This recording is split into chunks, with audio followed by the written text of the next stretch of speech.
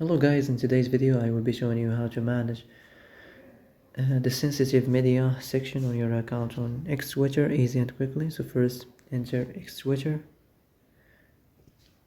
go to your profile section, go to the settings and privacy, then scroll down and here we have this privacy and safety settings. Click on it. So as you see here we have the content you see, so go to the sensitive media. As you see here we have the graphic violence, so choose whatever you want, show all or warn or never show this. Also here we have adult content, so here also you can choose if you want to share warn or show all or never show this. And the same thing here, other sensitive media, so the same thing, all warn or show all or never show this.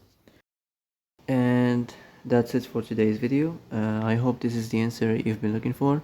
If you like this video, don't forget to like and subscribe, and see you in the next video. Thanks for watching.